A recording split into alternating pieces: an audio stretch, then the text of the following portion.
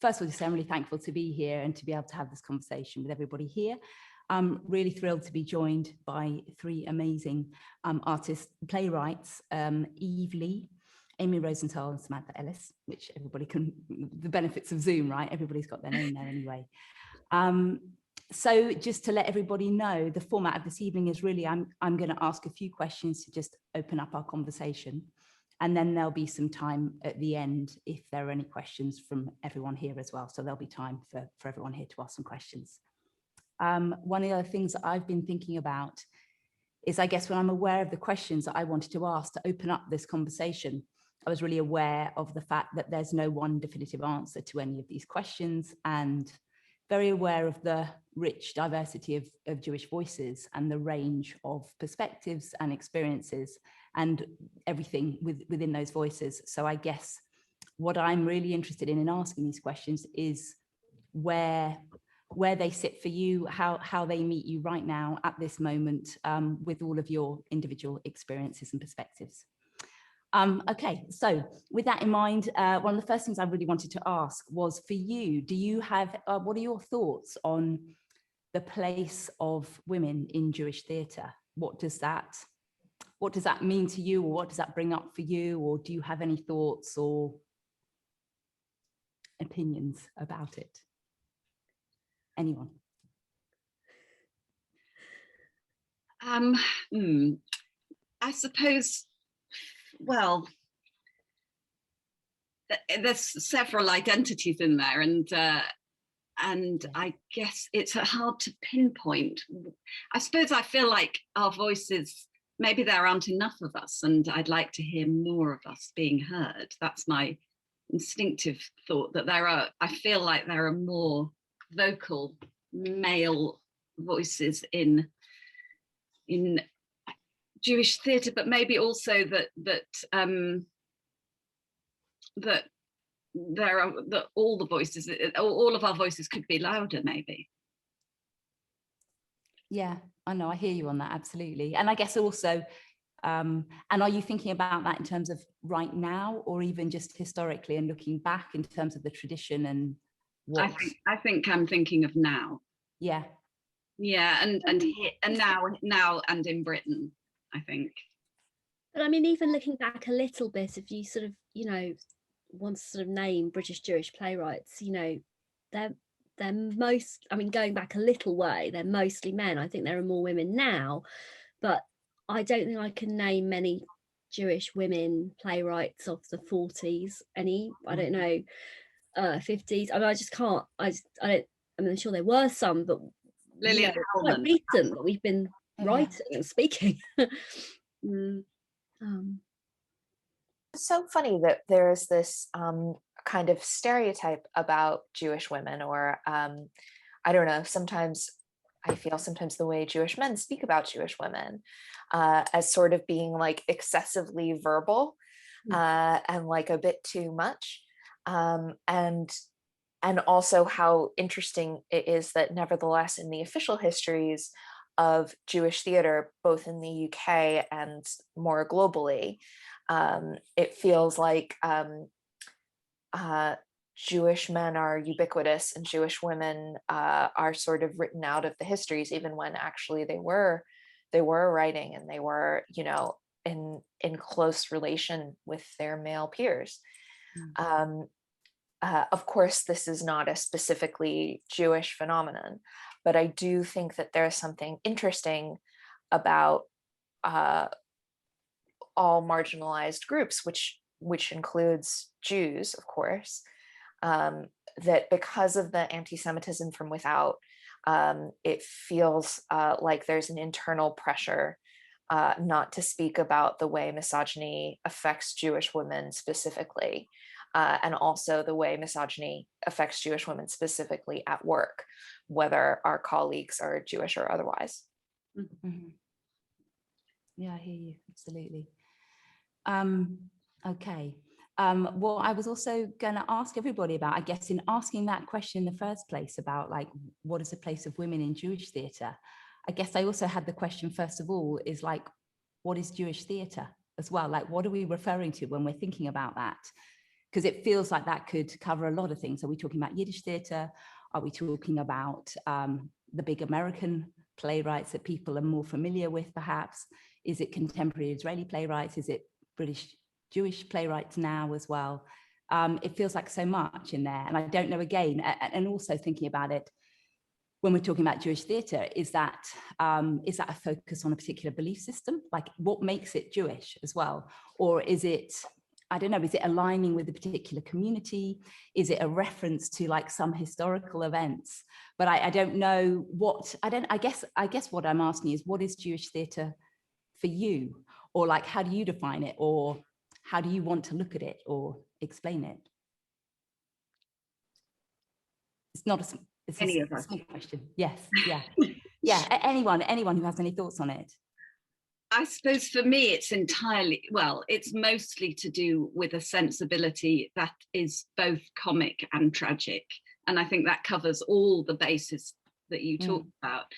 And for me, that is what defines the Jewish sensibility generally, inside and outside the theatre, that you don't see comedy and tragedy as opposites or even as kind of close cousins. They're the same thing. And I don't know if this is true to everybody, but it certainly is, you know, that is something that I've imbibed with every meal I've ever eaten, is that understanding that they coexist and that comedy is serious and tragedy can be funny. And I think that's what sometimes puts us slightly at odds with more mainstream theatre, or with I think sometimes it's not seen, it's not the seriousness of humour isn't perceived, and that makes us unsure of our voices sometimes. But then obviously there have been great writers who've just overridden that and not been concerned by it. But I feel like it's something that I'm very conscious of, that the constant tying together of the light and the dark. Sometimes people only see the light and dismiss you as you know, fluffy somehow, whereas actually there's the pain and the anger and the humor are all absolutely knotted together. And to me, that's what Jewish theatre is. That's interesting. And from when you're saying that, do you feel that sometimes that it's misunderstood in terms of the tone of that, or those things coming together? Or do you feel it's, or maybe both of these, or is it that perhaps not knowing how to think about it, or kind of where that sits? Or is there an unease or an unfamiliarity with that particular style or tone? I think it's something that the people who get it really get it, but I think sometimes people find it hard to read if you don't say, if you're not clear about this is a funny play, this is a sad play, they don't know what you want. Whereas, you know, I want my audience to laugh without doubt. I'd love them to cry, but it's very important to me that they laugh at least once. And that's what I want when I go to theatre. I want to be made to feel and think, but I really want and need to laugh or smile. Yeah, that sounds good. Samantha, what were you going to say? I think there's an outsider perspective that we bring, that Jewish theatre makers bring, I mean, I sort of feel like there's two things I think of when I think about Jewish theatre. I think of theatre made by Jewish theatre makers, which may not have anything overtly Jewish in it. But I mean, I would say that I wrote a play many years ago about wolves being rewilded into Scotland, and everyone who read it went, "This is the most Jewish play you've ever written, Samantha." And I was just like, what, where? And then they sort of explained it patiently to me about how the wolves had been, exiled and driven out of Scotland, and I was writing a play about them being brought back in, and how painful and difficult and wonderful and joyous that would be. And they explained this patiently to me, and I was like, oh yeah, I have done that again. But you see, there's a sort of, I might not have even, I didn't know I was doing that, is what I'm saying. But there's a perspective. So I think there's play work made by Jewish theatre makers, which is, I think, inevitably going to be infused with something that we bring to it culturally. But then also I'm just, you know, I would love to see more Jewish characters on stage written by anyone, performed by anyone. I'm not one of those people who thinks that, you know, it has to be only Jewish people writing Jewish characters. You know, I would just like to see more characters on stage. I would like there to be Jewish characters in everything, just sort of popping up randomly, not because they're having a big crisis about their Judaism, not making chicken soup all the time, you know, not, you know, just that. Not to be like the Holocaust and then like pop away. Yeah, and I just would like it to be, I mean, I just would like it to be there, you know, and just to be just walk-ons, you know, randomly, like it's not even mentioned, but you just get a sense they're probably Jewish, that character, you know, just randomly. And one of the things that I find very, has just been a real problem for me is that I write Jewish characters into everything, just randomly, just whoever they, because I do.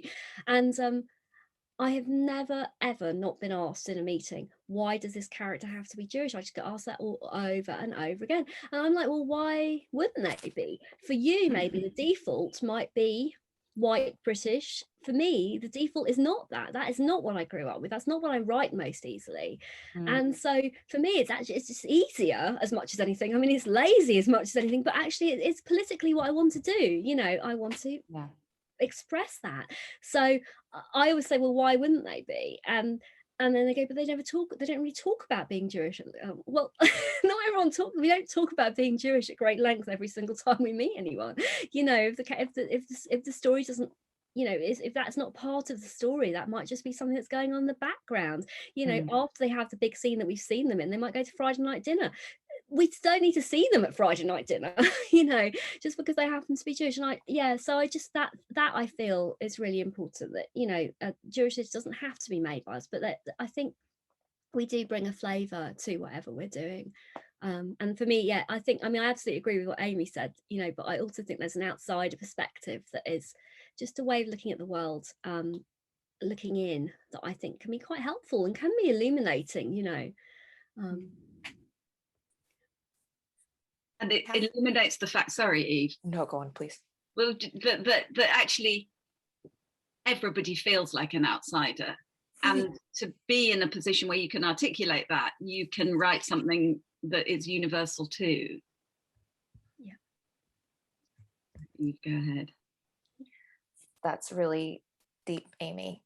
And I really respond to what you're saying, Samantha, about I would really love to see more work in which the Jewishness is not the point.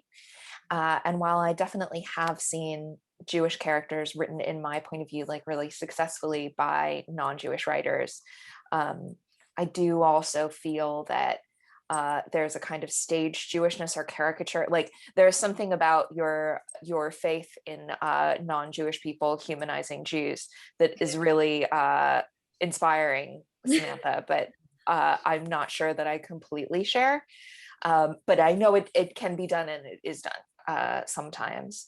But I would also like to, I guess, expand on, I completely, I really respond to, like, even that story about like this play about wolves being rewilded in Scotland being the most Jewish thing ever, and like everybody laughing, and then you explaining it and everybody continuing to laugh through the explanation. Like for me, that really exemplifies Amy's point about the kind of closeness of comedy and tragedy, or like the inextricableness perhaps of comedy and tragedy and what we might call Jewish theater. But I also think like, I mean, building on what you're saying, Sam, is like, I would like to make an offer, and I'm not sure necessarily that this is true, but like, I just want to annoy some people, I think, maybe, and just say that any theater made by Jewish people is necessarily Jewish theater. And that means that any theater David Diggs ever makes is to some degree Jewish theater. It's not only Jewish theater, but like, it's to some degree Jewish theater. Everything Harold Pinter ever wrote was Jewish theater. And Arthur Miller, and you know, obviously, like many people who aren't necessarily giants of the modern canon, who were sort of, I guess, thought of as maybe white playwrights, or primarily American playwrights or British playwrights or whatever. they are Jewish playwrights, and it's interesting that a lot of criticism sort of seems to assume that their Jewishness is marginal in some way, or a minority interest, when I don't know, in my experience, Jewishness is like an element like air, where it's like the world is not survivable without it, and it's very difficult to place and articulate because it's everywhere. And yeah, I think as a kind of conceit to move forward with, maybe in addition to some of the, you know, stylistic, or I don't know, somehow the soul-based qualities that we can see in Jewish theater, like why not theater made by Jewish people, also perhaps alongside non-Jews, but theater made by Jewish people is Jewish theater. Yeah, absolutely. And for all of you, what have your experiences been, I guess, as Jewish playwrights here in the UK, making plays either about Jewish values or with Jewish themes, or even have you, what's been your experience with that? What have been your thoughts about it as well? What's your relationship to that been, I suppose, and also how have you found it?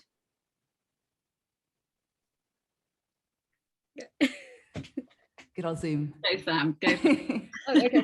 Well, I mean, my experience, I think my experience has been quite confusing, because so my parents are Iraqi Jews, and I have you know, I feel like my experience as a Jewish playwright in this country is quite, I mean, I have to spend quite a lot of time explaining what that is sometimes, you know. I think, you know, I mean, the one very Jewish play of mine that was done was Cling to Me Like Ivy, which I did put in an Ashkenazi setting, because that's where the story happened. But I don't think it's a sort of coincidence that that was an easier play to get produced than, you know, plays I've done about being an Iraqi Jew, which I think people just go, oh, it's a bit confusing, it's a bit complicated, it's not what we're expecting, we're not going to get the stock characters that we're expecting, we're not going to get, you know, not that you are necessarily, and you didn't, I don't think, in that play, but, you know, I think people sort of, oh, it's a bit like we'll have to have an author's note to explain everything or something, you know.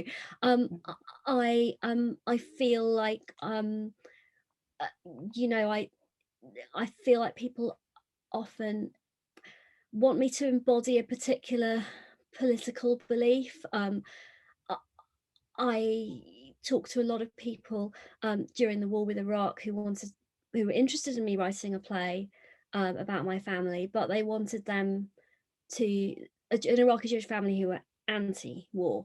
Well, my family happened to be pro the war in Iraq. They had had terrible experiences under Saddam, and that's what they felt.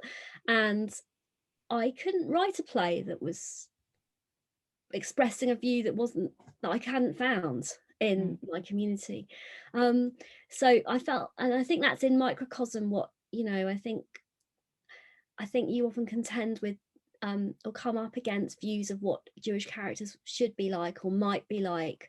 In a quite extreme example of this, I had a conversation with one theatre about my play Cling to Me Like Ivy, which was about the Shaitel controversy, where you know, because it was found that a lot of the hair in the wigs worn by Orthodox Jewish women came from India, and from specifically a Hindu temple, that perhaps they may not be kosher.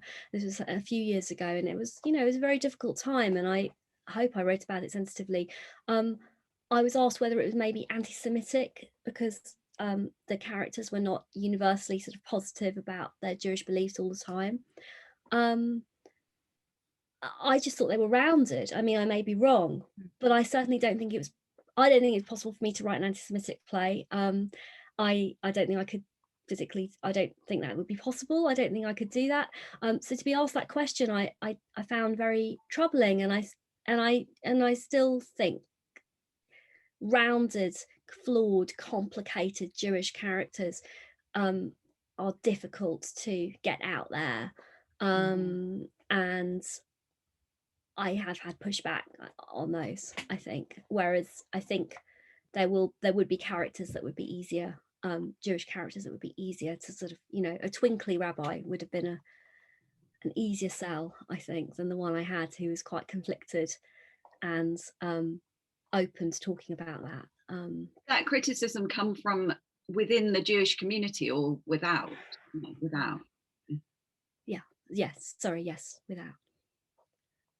So in a sense, it feels like, does it feel like there's a particular type of play or particular type of characters that it's okay to write about, or like it will fit in that particular? Yeah, I think that the characters area, I'm writing don't always fit into the areas that, or maybe what people expect from Jewish characters. And that's been my experience. I found that difficult, and to have to explain that I'm not Ashkenazi, that my family were not in Europe, Holocaust, you know, that's not our story.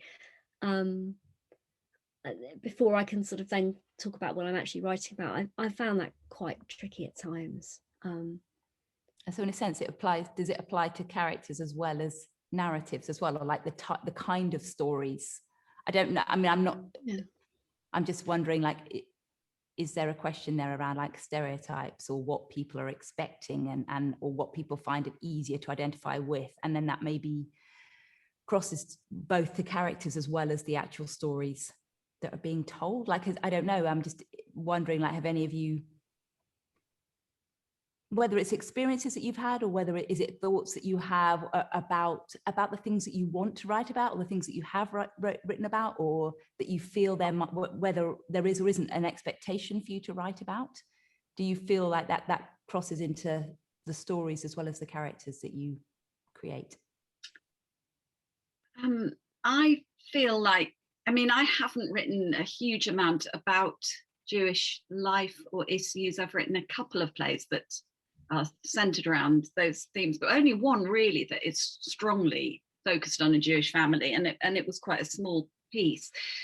But I suppose what I would like to write more, what I do feel conscious of, is how uncomfortable, how the conversation has shifted, I suppose, in my time as a playwright, and that I think, you know, I feel like I grew up at a time when it was kind of cute to be Jewish, and we were in favor, we were funny and bright, and people kind of wanted to be, people were interested, and I never felt a constraint about talking about being Jewish or about wanting to explore Jewish themes. And I feel like the last, you know, I am an optimistic person and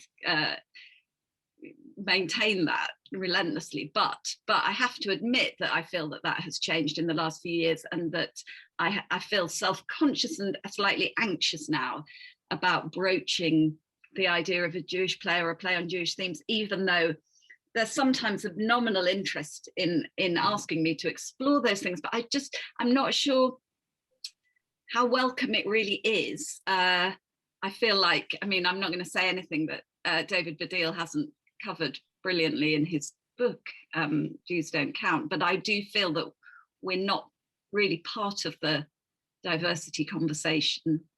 And so, yeah, but I can't really tie that to my experience in any way. I've never been made explicitly, I can't give an example of an instance where I've been made to feel that a Jewish theme or Jewish characters would be unwelcome from me. But I don't know if it feels at this point entirely welcome either. Interesting. And Eve, any thoughts? It's fine if not. I mean, I definitely recognize everything that you guys are talking about. I also think that, I don't know, I think there are definitely some, I've definitely felt that there, that like some really sincere outreach from people about being interested in Jewish themes.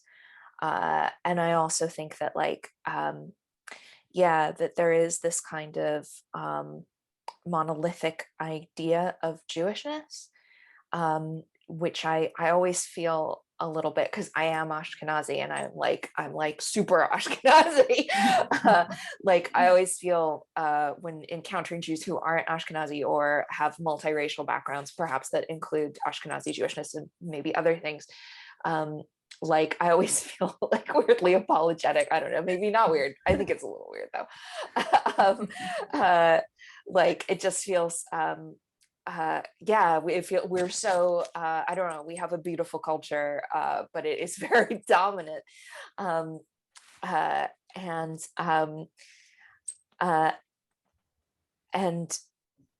also I would love for there to be more space. I'm sure that many different groups could say the same, but like something that is interesting to me is that when I think about my extended family who emigrated from Eastern Europe at different times, like it was the kind of early, like basically like before the war, is when my immediate family all emigrated, and then their like more extended family who emigrated like in the 80s and 90s.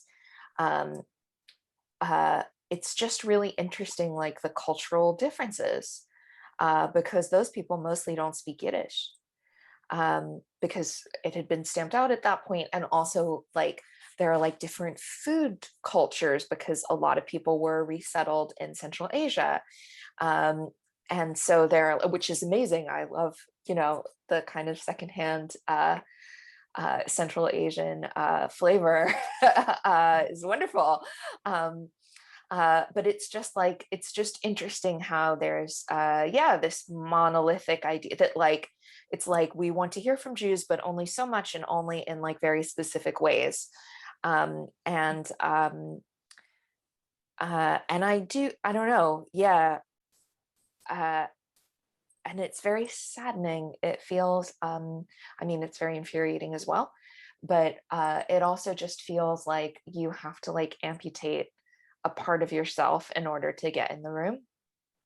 And Jews also, many Jews are white. The majority of Jews are white in this country. And although, yeah, so in some ways there's, I don't know, the kind of tantalizing possibility of being seen as fully human, or like, I don't know, of yeah, having that fullness of expression is yeah, can sometimes mean that people do very devastating things to themselves in order to get in the room. And yeah, I mean, in my experience, I've had some really positive experiences from non-Jews seeking Jewish stories, but they have often been people who have really close, who are perhaps part of Jewish families, but not themselves Jewish, or have like other like very, very deep connections with the Jewish experience. I don't know, like I had a wonderful kind of extended experience of working on a Jewish story with an Irish dramaturg, where I felt that yeah, that certain aspects of the experiences that I was talking about clearly resonated with her. And that was a really joyous and liberating experience, certainly for me, but I think for her as well. But yeah, there is that thing of like again, obviously not everyone here is from a Yiddish speaking background, but the Schande für die Goyim, the shame in front of the outsiders, where when we, like, how honestly are we, or I don't know, will people use it against us if we put fully rounded Jewish characters on stage? Are we being exclusive, and are we excluding others if we share our stories? It also feels a bit of a vicious circle in a way, right? Because you want to keep your head down and slightly under the radar, or under the parapet anyway, and keep a bit safe and maybe just pass through. But at the same time, then how does that change anything, right? Because nobody's actually telling the different stories or speaking about the things that need to be out there. And if we're all sort of noticing that perhaps there's always a similar thing being put out there, or a very narrow idea or a very singular voice. I don't know. Is it for us? I mean, how do we change it? Is it about us starting to speak about it? I don't know. You don't need to have the answers, but if anyone's got any suggestions, we're all here. I must say, I think that is part of it. And I also think that building solidarity with other marginalized groups needs to be part of it as well. And there are many ways to do that. And also, like, I don't know. Also, I feel a bit cautious being like, and these are the ways to do that. Yeah. But I do think something that has just struck me with quite a lot of force is the surnames on this Zoom call, that there's Rosenthal, and then there's Leigh, when, like, my family's original name is Michnik, not that, which is actually not particularly a Jewish name. It's more of a Ukrainian name, but I think it's certainly more identifiably non-English than Leigh, isn't it? Sheffield, which I assume was not the name that somebody came over with, and Ellis, which again is not Iraqi. And that kind of keep your head below the parapet thing, like the thing of like just not wanting to have horrible conversations with people all the time, which I do think is sort of, well, certainly a regular occurrence of being Jewish in the UK. You do regularly, I think, have horrible conversations with people. And yeah, that if you can sort of squeak by, and and people who know maybe a surname like Sheffield, there's something about it where it's like, oh, I feel like I might be catching that code. Or Leigh, which is a surname that English Jews, it's the first syllable of many classic Eastern European Jewish names.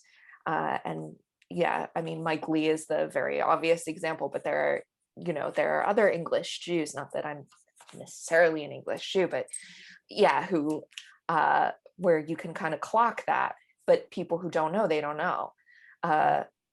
Or people who don't notice don't know. I've been asked about my surname, why don't you have an Iraqi name? And I mean, the reason is, ironically, my father changed his name, he and his brother changed their names in the 50s because they encountered anti-Semitism and they had a business and they didn't want to deal with that. They didn't want the name to be on their headed notepaper or whatever, on the end of their letters. So they changed it to an English name. And I then found myself, when I first really started making theatre in the 90s, and I was going to meet people and they were saying, well, it's just gonna be a really hard sell to sell a play about Iraqis or Iraqi Jews with your surname. And I was just going, well, I've sort of got it now. I didn't really feel, I mean, part of me wonders whether I should change it back, but I sort of didn't really feel that I should be. It was quite late, I'd already worked as a journalist, I mean, my name had been in print, but that's, you just sort of wonder where the pendulum might swing for the next generation. Will my 4-year-old son grow up, if he's a writer, and decide that he wants actually an Iraqi name? I mean, unlikely, but I mean, I don't know. It's a very peculiar thing, and often these decisions haven't been made by us, in my case certainly not. And but again, it's about what fits, like what does it a play about Iraqis by someone with my surname doesn't look right, or doesn't sit right, or doesn't seem like it's going to be done properly. It seems like it's someone's just come in and done it, but of course that's not the case. So, which is funny, because actually I feel like I feel like I shouldn't name names, but I feel like there are some writers who are given that liberty, and I'm not saying I think and then I don't know, I just think that's interesting, that because I I understand what you mean, but there are some writers who are very free to write about Iraq with their English surnames. Yeah. We might be men also. Yes, exactly. I mean, for me, exactly. I do think men are in general, it's easier for a man to write out away from his own experience, whereas I think women are encouraged to write from our own experiences and our own cultures, and I think that can be problematic if people don't. If your experience is unusual or difficult to fit into a box, or or if you don't want to, if you want it to flavour your work in the way that Amy was talking about, rather than, I'm quite obvious, I'm generally quite obvious about it. I have Iraqi Jewish characters in lots of things I write, it's just quite obvious. But if I just wanted to flavour my work, which I do as well, that's sometimes people would find that confusing, I think. What do you think? I'm just thinking about something that you said earlier, and it kind of ties into this a little bit, but when you were talking before, when we've talked a little bit about representation and perhaps how great it would be to see Jewish characters more represented in plays, and that it isn't necessarily, that they don't necessarily need to be written by a Jewish playwright. But then at the same time, there was also something, I guess, that does come up about who tells which stories, or the authenticity, or like what gets created in those circumstances as well. So I don't know if any of you have any more thoughts on that, in terms of like, how do we go around that? Or how do we go around it? But just what are your thoughts on that, really? In terms of, do you think anybody can write, because this is a wider question anyway, right? But permission to write just what you know, what you don't know. I totally take your point, Eve, about like not necessarily trusting people to do it. But I sort of think in that situation, you do the work. Like I really think if you work hard and you do a sensitivity read with someone. I mean, you write about things that you have worked hard and researched and thought about, and hopefully met some people, done some interviews. I think if you do the work and do it sensitively, we're not all only writing our own experiences. But of course, I think I would be resentful if I felt someone hadn't done the work, or if their own biases were preventing them from getting it right. I think that's where the problems come in. But we've all written outside of our own experiences, I think, and I mean, I really think you have to just, it's not easy, and you make a lot of mistakes, but if you're listening, then I think people will tell you. I'm always really grateful. I mean, I always give my plays to people to read who are off, if it's a different experience from mine. I will always give drafts to people, and people always point out slightly anxiously the mistakes, and I'm always so grateful, and I think we all, that's how you do it.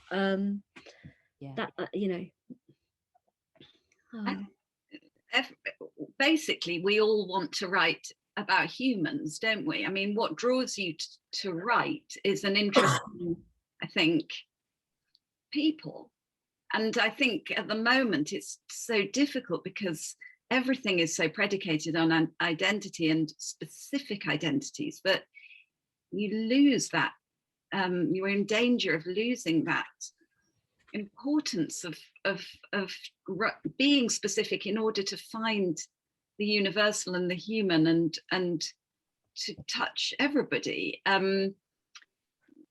Because we all feel things, and we all want things, and we all say the opposite of what we mean, and mean the opposite of what we say. We're all complicated vessels, and that's the attraction for a dramatist, is to grasp that and explore it. And at the moment it does feel there's an apprehension about approaching anything outside of your own experience, and then at the same time, because we've certainly all in the last year spent the last year in our own experience has been spent sitting in our own homes staring into Zoom. So what do you have to write about if you're constantly mining yourself, and you're frightened of stepping outside of that? I think that feels a little dangerous at the moment. So I feel like both of you have more advanced writing practices than I do. And it may be that when, or like as I go deeper into my practice, I feel very differently. But I think that for me, there's this cultural anxiety about who and what you can write about and the extent to which you're limited to your own practice or to your own life and the lives of people you know. But I feel like what that is trying to address, and I mean, I'm only saying stuff that I know you know, but is the fact that certain people are at liberty to write about Iraq regardless, and certain people somehow are not. And I feel like oftentimes, like the thing that I really want in my writing is for people. So I'm trying to think of examples that I can use that aren't about casting processes that are ongoing or any like nightmare stuff. But basically, I don't ever want to have, when someone is watching one of my plays, I don't ever want someone to watch it and know that something I'm sorry, I'm struggling with grammar. For instance, I wouldn't want a Jewish Iraqi, say, watching one of my plays and seeing something happening and being like, I know that there were no Jewish Iraqis in the room making that happen, because that would never happen. Or do you know what I mean? And like, even if you can say that will never happen. And actually there might be 5 other Jewish Iraqis who are like, yes, it would. And let me tell you, and you know what I'm saying? And this is like, that's about the complexity and the color of human life. So you could say that by giving an example like that, or like an example of cultural specificity, or like a writing from a particular point of view that doesn't feel authentic or that feels exploited or used or something, that you're setting yourself an impossible standard, because there just will be people who don't connect with what you put on stage, and for any number of reasons. Nevertheless, I definitely feel like, and again, this is a strategy for dealing with injustice right now, rather than necessarily a universal moral law. But yeah, I definitely feel like sometimes you can just feel a difference in the room when people can connect on a kind of more almost epigenetic level, or a more visceral level with the action of the play than not. And an example that I think is okay to use is there's a play of mine that's in production right now, and the initial reading happened with a white director, and it's a play that is not explicitly about Jews, but is deeply informed by Jewish experience, and actually that does include the experience of one character in particular who is definitely coming from a different place than me. And we'll just see how that goes. Like, I'm trying to involve other people who are coming from that place in the process, but we'll see how that goes. And like when I was watching the first reading, I was like, I think the director for this can't be white. They can be maybe white passing, but I think they can't be white, because I just feel like there's a level of peril and like fear of exposure that's part of the story, that this excellent director is it's just not where they're coming from. And yeah, was that the right decision? I don't know. I am very excited about the director that I'm working with, who is not white. Like, I'll just see what I see, and it may be that, yeah, as I acquire more depth as an artist, there are a different range of possibilities open up. But in the meantime, I don't want to occupy space that could better go to people with deeper connections to certain stories. Great, thank you. I haven't got a watch or anything, so I've no idea. Oh, okay. I think this would be a great time to see if anyone has any questions that they would like to ask to all of our panelists, to anyone in particular, any particular things that have come up for you or anything that you thought before. Yes. Well, firstly, I think I would definitely say it resonates, the idea of not being minority enough, or someone potentially not being ethnically minority enough. And I know that's something that's been discussed so far.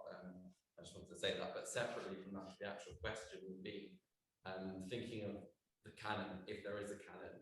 I think the four of you have talked about what has been so far. I'm also interested in going forwards. You know, some dramatists and creators wouldn't want to speak too explicitly about how they want their things to be received, but I wonder, in a hopefully not too morbid way, if anyone had, you know, if you would become part of the canon, let's say, is there a way in which you like that to be shaped? Do you think the canon is changing?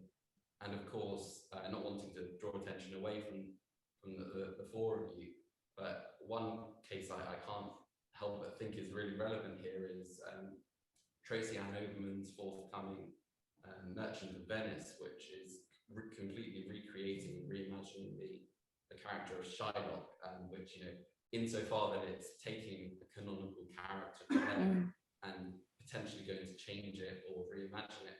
I wonder if that's something that people are excited about or worried about, in the sense that the author, we know, is very outspoken on identity issues, and what people's feelings are in relation to that. Okay, brilliant, thank you. So I'm just going to repeat the question, or the first part of the question, which was in terms of the canon and what we're familiar with in terms of what the history and what the canon is that's sort of being inherited or passed down. But with that in mind, how would any of you like to see it being shaped in the future, or how would you like your work to be received? How would you like to influence the canon of this tradition going forwards? Does that summarize your question? Yeah. What's the future? Or how would you like to shape that? Which way would you like to see it go? I would like there not to be a canon. I mean, I would just like a more diverse kind of group of plays by a more diverse group of people, and to be made in general. And I'm not just talking about Jewish theatre. I mean, let's not worry so much about the canon, which doesn't mean I don't love a lot of those plays, but like, I don't think I'm hankering to be added to a tiny select list that's going to exclude all these that's going to only be done. I don't know. I mean, obviously it'd be nice to be done a lot more, but you know, but I don't have this idea that I want to be part of this small select group, personally. I suppose that feels to me like the challenge is to do with going forwards, Jewish writing going forwards. Is the challenge is about making the Holocaust not the only story. I think that as a story, it's lost its shock value. It's lost its impact to those who are not impacted by it.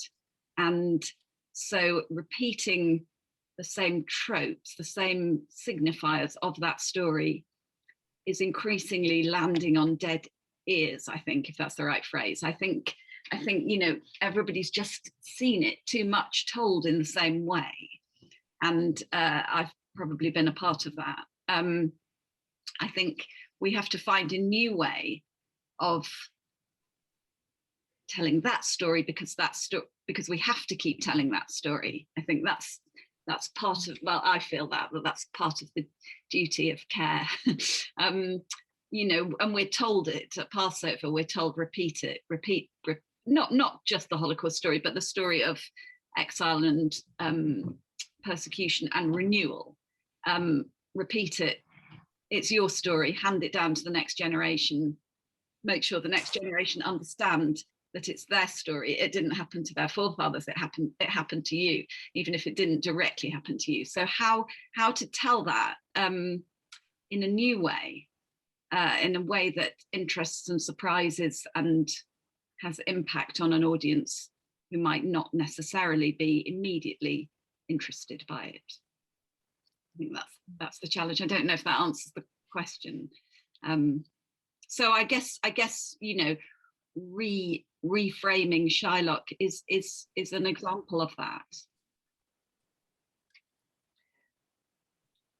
Finding a new way of telling an old story. Yeah, absolutely. Eve, were you So, about to say? yeah, I have like Harold Bloom in his complete works. Is that the gigantic? He's written many books about Shakespeare, obviously, but like the big old one. He said that Shylock is a character with a powerful hold on the imagination, as many of Shakespeare's characters obviously do. They've properly entered the popular imagination. He said that it would have been better for the Jews if The Merchant of Venice had never been written at all. And that's not, again, it's a provocation. It's not a, moral blah blah or something like. But viscerally, that is my feeling. I very much wish that Merchant of Venice had never been written. And I think it's a very legitimate tactic of anti-racism to look at those kinds of stereotypes and their origins and transform them in whatever way you want. Particularly, I think, based on your own experience. Great. Thank you very much. Any more questions? Anyone else want to ask anything? Yes. I feel like in film and TV and whatnot, I've seen quite a lot of material on the kind of like the orthodox side of Judaism, which is really interesting. And I'm Jewish, and I have lots of non-Jewish friends saying, I saw this film, I saw this Netflix thing. It's so interesting seeing that side of things. I think there's like a large group of people that are somewhere in the middle between like Reform and Orthodox, that are modern, everyday people that have inappropriate thoughts but still accept each other. And I wonder if you guys agree that there's still room to tell stories about those people.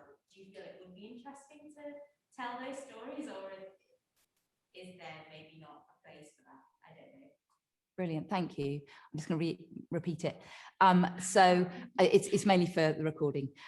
So with a view to a lot of the stories that are portrayed at the moment seem to be focusing on a particular community or a particular group of people with Jewish heritage, so of Orthodox Jews.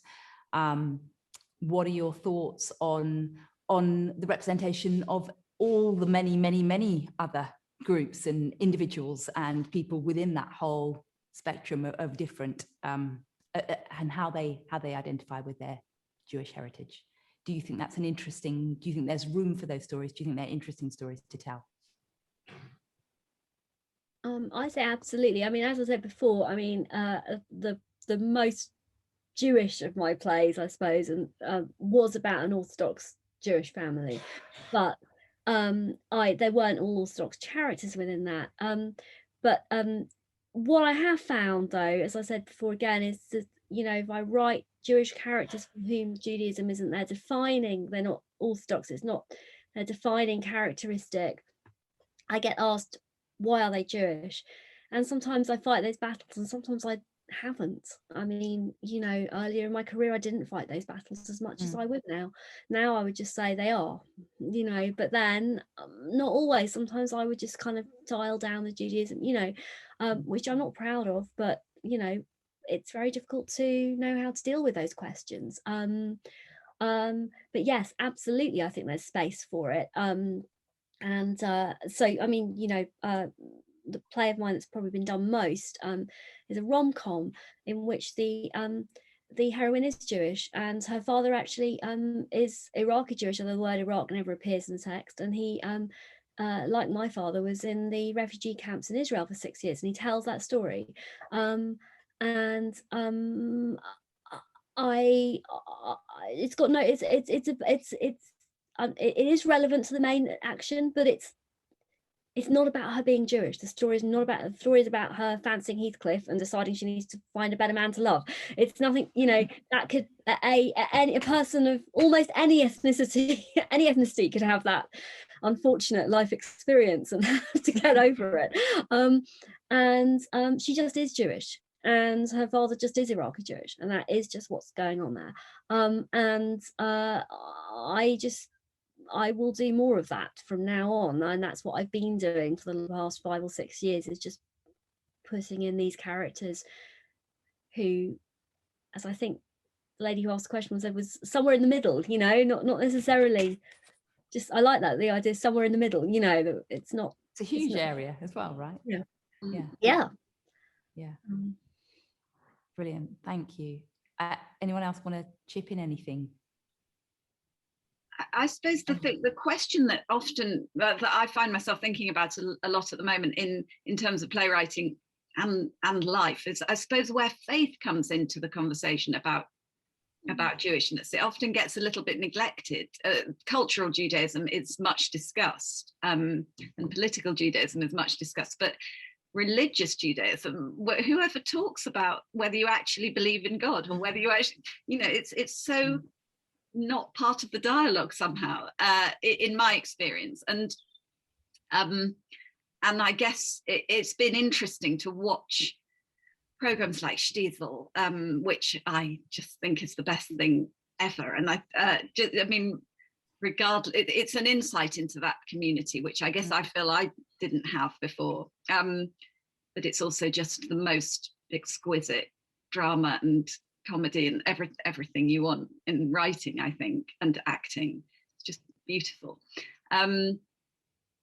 But even they never talk about God. You never see them go to synagogue. It informs, it informs their life entirely, but it's subtextual.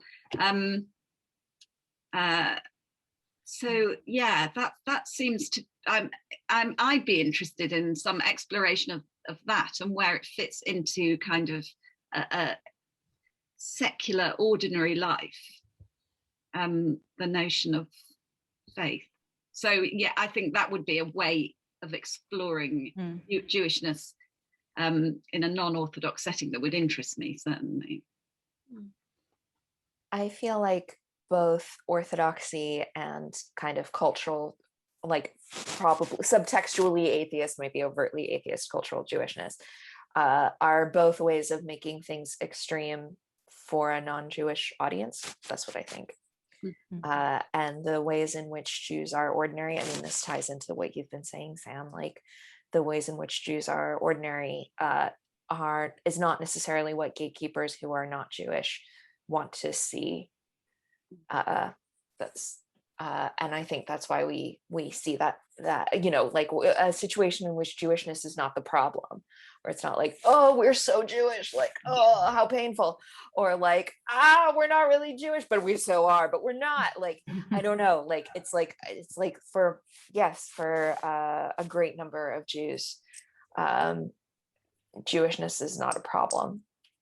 It's a joy, but it's a joy among joys, or yeah, it's a joy, perhaps, again, in that way that breathing is a joy where, like, mostly you don't think about it, but like, think, you know, thank God. Yeah. Thank you. I think we've probably got time for like one more question, if there are any more, and then we'll probably need to wrap it up. So if there's any last burning questions, if not, that's fine as well. Okay.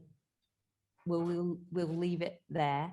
Thank you all very much. Thank you all very much. But yes, massive thanks, Amy, Samantha, and Eve. It's been a joy talking to you. There's lots more to talk about. It's just the beginning, but let's hope there's many, many more of these kind of conversations, because it feels like this is where it begins, right? Or where it continues from, anyway. All right, well, thank you very much, everyone. I'm not quite sure how to turn the Zoom off, so just say thank you. Thank you very much.